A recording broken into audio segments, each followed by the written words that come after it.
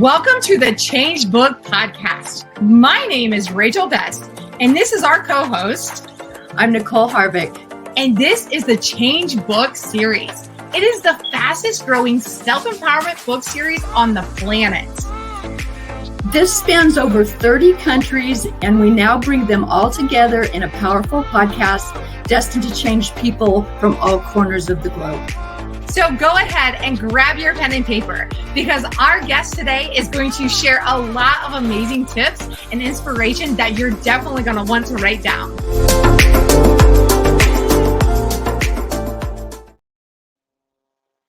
Good afternoon. I am so excited to be here again on another episode of the Change Book Podcast. Today, we have a very special guest. I got the opportunity to meet her a few weeks ago, and Jim connected us, and we had an hour-long conversation, and she's just so inspiring, and I'm so excited that she's going to be here today to just share her inspiration. She's also a part of the Change Book series.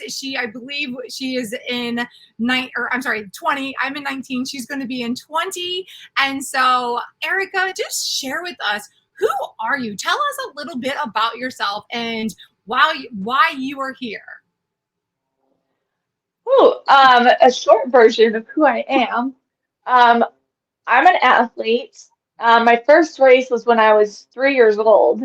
My mom was running a race. My dad was supposed to be watching 3 kids under the age of 5.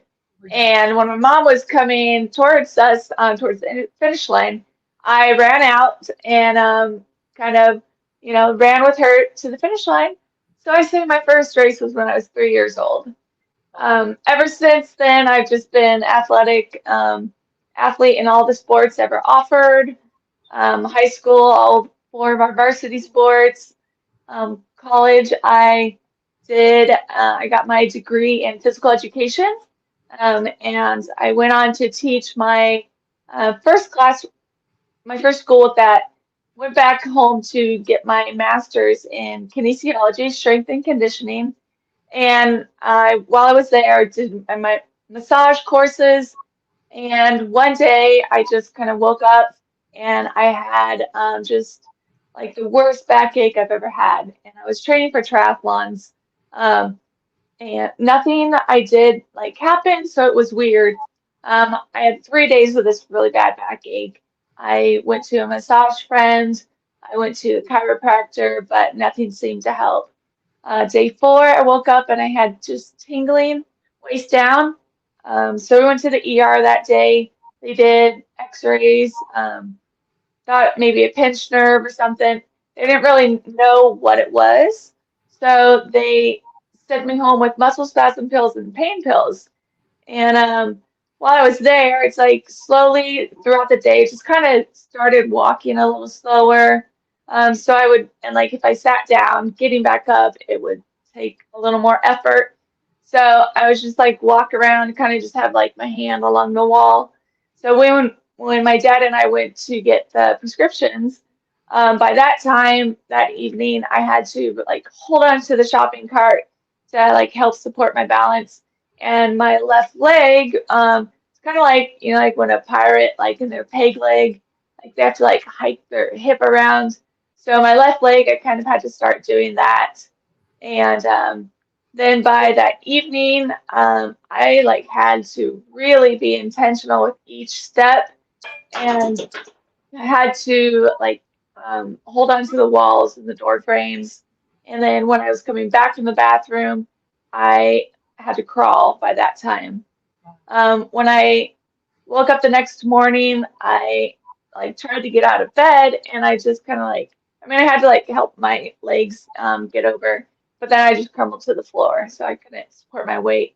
I scooted down the hallway on my butt down the stairs, not knowing that was going to be the last time I ever saw my room again because it was on the 2nd floor. I was able to pull myself up and take 3 more steps. So that was my last day of unsupported walking. Went back to the ER all day, more tests. They diagnosed me with transverse myelitis, which is kind of like an infection in your spinal cord. I was transferred to a much bigger hospital in Sacramento, UC Davis, and it was me and the two paramedics. So at midnight, I asked them if they would do the siren for me. So when they say, new year, new you, it's like that was extremely literal for me because that was New Year's Eve. And so it was like my way of, we celebrated, New Year's, but it was like my new life right there was starting. So it was 24 days in the hospital being misdiagnosed the whole time. And I, when I came home, ended up going to rehab about a week or a month and a half later. Went and learned how to, how to use a wheelchair because I was um, par paraplegic from a little above, like a little below the chest down. I couldn't move. I couldn't feel. Being an athlete, it was hard because I would just lay in bed and like try and like look at my toes and just like will them to move. I couldn't feel them, and I was in a lot of pain. Um, And so thinking, I didn't know about any kind of wheelchair sports. I didn't know about anything wheelchair related. So it was hard to, just think about what my life was going to be like at that point. A lot of times, I would try and be strong for people when they were visiting a hospital, but I would like cry myself to sleep, just not knowing what my life was going to be like. And I so when I went home, I went to rehab. When came back, I went there to learn like how to, do basic wheelchair skills, how to get back up if you fall, transferring, into a car. So when I got back home, though, my parents brought over someone who was in our town, probably the only other person in a wheelchair because it's a small town, and he brought over his hand cycle, which is our version of a bike. So our legs are out straight, we're sitting back, and our arms go together. And so I got in it, and my parents said that was like the first real smile they'd seen on my face, in 3 months. Um, so my dad entered, Roger entered me into a race a couple months later. My dad got me a hand cycle, and it took, I mean, the first time I could only go like one block, and it's like, it's that same with everything. You just got to work around, you get 2 blocks and it just kind of adds the more you do it. But you got to get out there and do it. And so it was fun. He and I both got gold medals for the race. We were the only ones, in our categories. But if you don't show up, you're not going to get that, And just crossing the finish line was such a big, heat for me at the time. And so that kind of started my athletic career in wheelchair sports. And since then, I've gone on to um, living down in like the San Diego County. I've done over 30 different sports. Oh my God. Yeah, probably competing in about 10 of them. But it's like I see a clinic in golfing, flyer or something on wheelchair dancing, and someone tells me about jet ski racing. And it's like a new sport to me because I haven't done it in that way. I being a PE teacher, I've done all sorts of sports, but it's so fun because I get to learn it a new way. And it's so fun, and I've been able to do a lot with athletics since then. That's so awesome, Erica. I love that you are the epitome of lose all excuses, right? Like there's no reason to have an excuse. Like you've been an athlete since you were young, and you had this situation happen, but you've taken it and you've just turned it. You've just turned it into, maybe you had your, for those 3 months not knowing, because that was your identity. Like, that's what you love to do. That's your passion. And then you were introduced to a new way. And I love that you just, you find a sport and you're like, oh, well, I've not done it in this way yet, so let's try it. So I love that you just take, the things that you've been handed, and you're just shifting it. So I really want you to share with us, because I know on our conversation on the phone, you shared with us shared with me something amazing that you accomplished. And that is just so inspiring to me. And I would love for you to share with the audience what you were able to do in the wheelchair and how you did that. So in 2009, so 2005, the end of 2005 was when the wheelchair happened. And I will say what I didn't say but the diagnosis, that the correct one was cavernous hemangioma. So it's kind of like a clump of tangled blood vessels in my spine, and just a microscopic drop of blood leaked into my spinal cord and caused 9 inches of inflammation up and down my spine. So, I mean, that's all it took. And we've later found out a lot of other medical stuff. But so in 2009, at the October, I got a call from Jill from the Challenge Athletes Foundation, and she asked me if she's like, "You want to climb Kilimanjaro?" And I was just like, "Yes." And I don't know. I'm positive. I like to say yes to things. So she's like, "Do you know where it's at?" I was like, "Africa." And I didn't know, so it's in Tanzania, Africa. And so I later had to look up what I was getting myself into.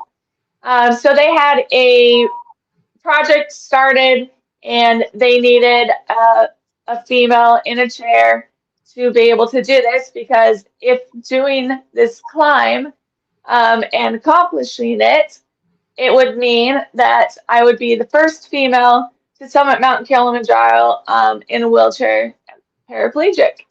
And it was such a good challenge for all of us, not just physically. I mean, I had an emotional breakdown.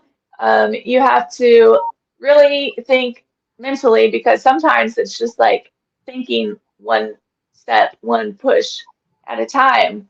The higher you get, the more altitude you're getting up to. It's 19,340 feet, and once you're up there that high, it's that altitude is affecting you, and it's so it was a really good trip.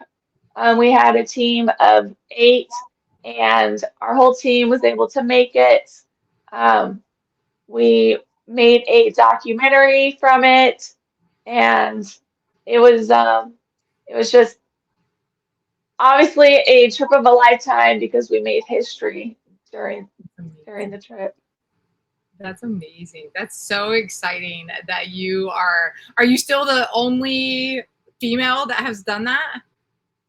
There has been, I know, a French gal did it. I saw, like, I would get like Google alerts. I saw that she was claiming that she was the first. Like, I only saw like one article, and then I didn't see anything else. So I was like, maybe they actually did some research, and 'cause there's a lot out there. And then I know there's another group, they attempted to do it. They got so close, but the last little bit was just not safe. So they made it almost to it. And then I did have a friend, she used my climbing chair last September, and they made it, so she made it up. So there's hasn't even been a handful yet of females. Wow. It's not a wheelchair friendly mountain, I must say. There's a lot about it, like parts where I had to sing to take my mind off of like, if someone like drops the pole here, you know, like my life is in their hands. It's not like we're rappelling and climbing straight up rocks, but my chair, we had two 6 foot long poles on either side, so we can notch those in. So it can either like kind of like make it a rickshaw where there's the poles are up front, someone just lifts up the poles. It's really easy. And that gets my front wheels off the ground. Or they can get it to where there's boulders that are like really tall, you can't really fit through. So there 8 of them were just like passing me down like above their heads, and that's when I was singing. Um, and so it was very incline areas, and so it was a lot of fun, but it was hard. Anytime my wheels were touching the ground, I was pushing. Wow, that is phenomenal. And so, wow, that's all I can say is like I don't even I need to look up that mountain to see what it even looks like. I don't even know, walking up that mountain or hiking up that mountain is something that I want to do. Well, even hiking, anyone going up it, it's like 6 out of 10 people will make it. So, I mean, that's almost a 50-50 chance that you're not going to make it up the mountain. And people try and do it too fast, and they get altitude sickness. They have to turn back down. You have to have a guide with your group. And so if they say go back down, you got to turn around. Really? Wow. And how long did it take you guys to go up? It was 5.5 days going up. We had a rest day in there, and one day we started at like 15 something. We ended at 15 something, but we went like around the mountain. We had to get a special permit to go through part of it. So we had to try and get through an area, not going like straight up almost. And then it was a day and a half to go down. You have to go down a different way. Everyone's going up one way and everyone's going down another way. Gotcha. So, but the first like 3 hours going down, I was unconscious. Like we were supposed to summit in the morning, but that evening we were going to sleep at 18:08. So we had to decide, to go down to sleep, or like we had an hour left of sunlight, and they asked me, I was like, let's do this, we're going for it. And so we were able to get up to the top, which was incredible sunsets views. Once you're at the top, there's glaciers. Wow. And so we're able to do that when everyone's, elated, excited. It's freezing cold. It's -8, and the sun wasn't even down yet. I was wearing every single layer of clothing I had. And so as we went down to 18:08, where we were sleeping was like in the snow.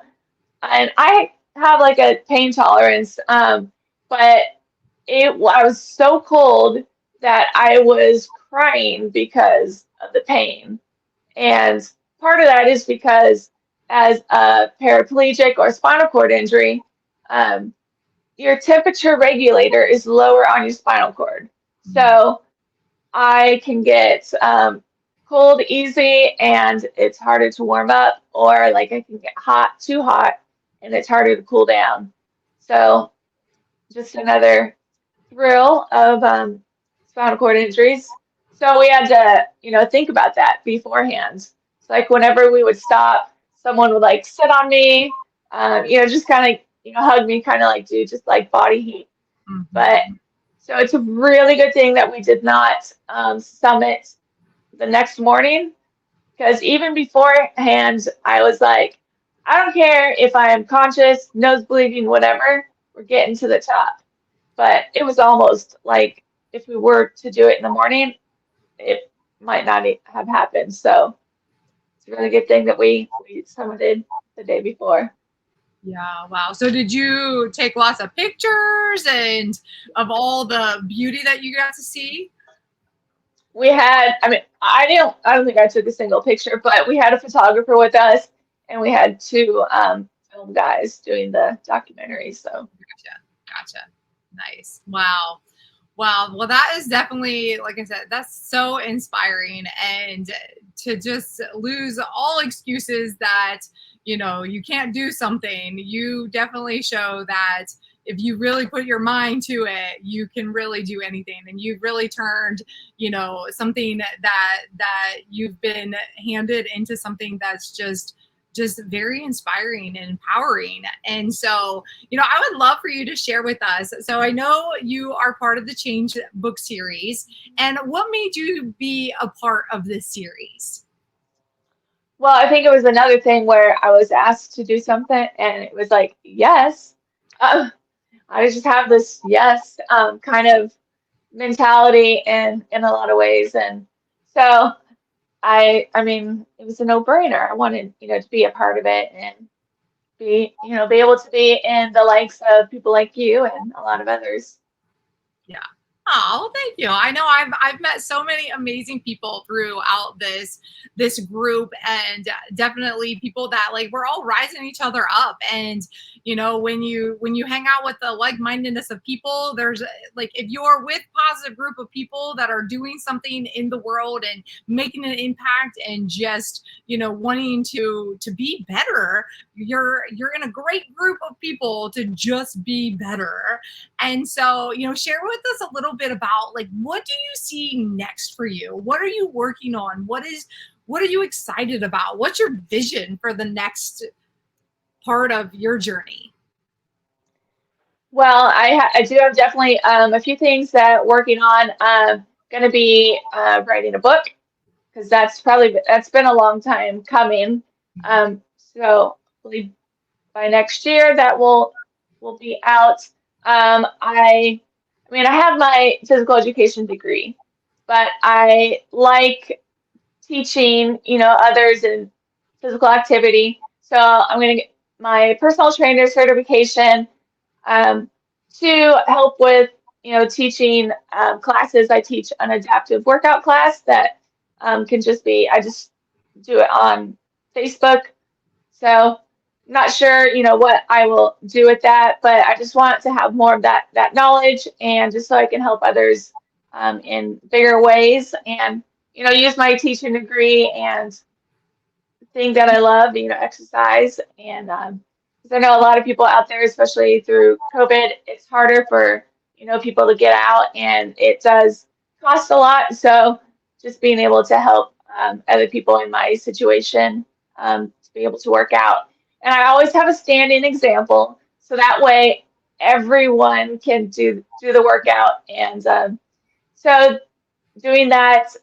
Also, I've done some speaking, but I really want to get into that a lot bigger. I know, like with the book, the change, just getting my story out to people around the world, because just, inspire people, not just in my situation, but every situation. So I think, we all have challenges.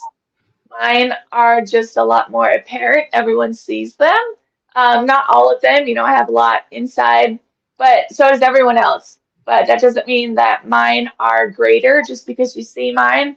Um, so I think just, helping everyone to be able to work on that. And then, a lot of people like see a challenge like maybe climbing Kilimanjaro, and or maybe doing a sport, or maybe just even like getting into just anything basic. They think, oh, I can't do that. So it's like they're limiting themselves before they even try it. So it's like when someone's newly injured, or just not newly injured, I like to tell them, to keep moving. It's like when anyone gets an injury and you have to recover, and, thinking of back on that, it's like how much time that takes and how much effort. It's like, it's just like when I did the hand cycling, it took, I was only able to do one block, and it's like the more you work on it, but if you don't get out there and doing it, it's going to be so much harder. So someone newly injured, just like get out and just, you know, push around. We don't use our arms for cardio. I mean, no one does, but we have to. So just getting out and going for a push, that's what I did with a friend. We would just go and stroll and talk. And so helping them and telling them like it's so much different for us and looking at sports because an able-bodied, it's like you all have abs, you not like all have abs, but you can all go and kick a ball and everything. So it's a lot easier. But for us, it's like every injury is kind of different. And so if you have, it depends on how much core you have. It depends on how much, of your arms you can use. Quadriplegics don't have like grip. They don't have, can't use their arms as much. And pairs, it just depends on where your injury was located at. So getting out there and trying every sport that you can, and seeing which one, best suits, your ability level. And but you're not going to know until you get out and try all these sports. That's one reason why I see a new sport and I go and do it. And so those are just some things that I tell people, and it's the same thing with everything. You have to try it and see if it fits for you. Yeah, I love that. That's such an inspiring thing, because I think fear holds people back sometimes, and the limiting beliefs and those that monkey brain inside, right, that tells you, oh, you can't do that. But that's such a good little nugget of inspiration to share. Just get out there and do it. Just do it. Just try it. And if you fail, you fail. At least you tried, right? So I love that you just tell people to get out there and do it. Just get out there and try it, because you never know unless you try. And so, Erica, I would love for you to just share one last thing with our audience of inspiration of, just maybe look in the camera and just tell them, maybe there's somebody out there that is just feeling defeated right now, or they have obstacles in their way right now, or they're just feeling very uninspired and unmotivated. What would you tell them? Well, I would definitely say, they say that like, 90% of it is like you just got to show up. So get out there and show up. It's like you never know what's going to happen if you don't show up. So it's like most of the things like challenges or most of the things of opportunities that I've had, it's because I've shown up. So just getting out there and, just get out there and try it. It's like I said, you don't know until you try, and it might be something that you fall in love with. And so you don't know unless you try. Yeah. And show up. That definitely is a very good. If you're not there, then you're not there for an opportunity. And that's what happened with the climbing, right? Is you went out, you were talking to people, and they thought of you, they got a hold of you, and because you showed up. And so instead of sitting at home and just being a hermit or just hanging out by yourself, just get out there, show up, be there with people, get around people, because you just have no idea the opportunities that are going to await you on the other side of saying yes. I love that you say yes to everything. You're like, you don't even really know what's going on yet, but you just say yes. And because there also is so many opportunities in that as well. And same for me with this whole Change Book series is that, when I connected with Jim and they just shared about all the things that this book has to offer, it's like, yes, like this is just a no-brainer. Like, yes, like I didn't really fully know what I was getting myself into, but it's been amazing. And so, opportunities happening. And so I'm just so grateful that I got to meet you, Erica, that you got to be here on this show, just pour into people and give inspiration, and tell us how, if somebody wants to connect with you, how can they connect with you? Well, you can my Instagram, which I am getting better at using, but you can definitely message me for sure. That one, it's Go with Erica Now. Someone already took my Go with Erica, so Go with Erica Now. or on my Facebook. But yeah, go with Erica now, or email gowitherica@gmail.com. Okay, awesome. Well, thank you again so much for this time together, and we will see all of you again the next time around. So, bye-bye. Thank you, everyone, for joining us today. I'm Nicole Harvick, and this is my co-host, Rachel Best, and we look forward to seeing you again next time.